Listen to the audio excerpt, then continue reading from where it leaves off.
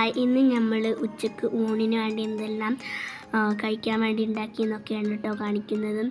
ആദ്യം നമ്മൾ 2 സൈസ് മീൻ മേടിച്ചിട്ടുണ്ടായിരുന്നു കേട്ടോ. അപ്പോൾ ആ മീൻ പൊരിക്കാനും കറിക്കൊക്കെ പാടായിരുന്നു.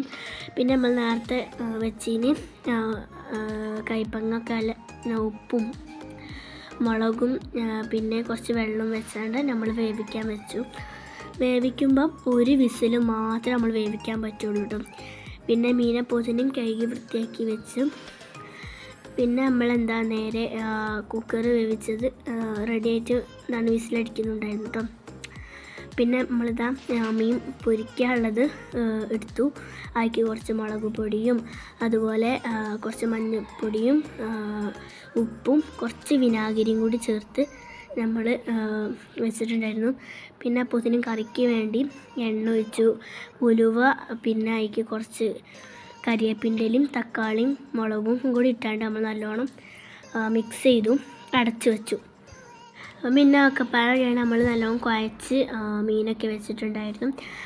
അപ്പോഴത്തേനും നമ്മൾ തക്കാളിയും ഇതൊക്കെ വെന്തിട്ടുണ്ടായിരുന്നു. പിന്നെ അതിലേക്ക് മുളകും പൊടിയും മഞ്ഞൾപ്പൊടിയും വെള്ളത്ത് കലക്കേണ്ട അതിലേക്ക് ഒഴിച്ചു കൊടുത്തു.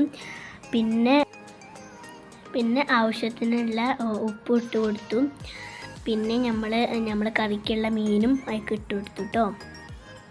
അത് റെഡിയായി. പിന്നെ ഞങ്ങൾ ഉപ്പേരി വറവിടാൻ നിന്നു കേട്ടോ. അപ്പോൾ ഉള്ളിയും പിന്നെ കരിവേപ്പിൻ്റെലും ഇട്ടു. പിന്നെ നല്ലോണം ഇളക്കി നല്ല മിക്സ് ചെയ്ത് കൊടുത്തു കേട്ടോ.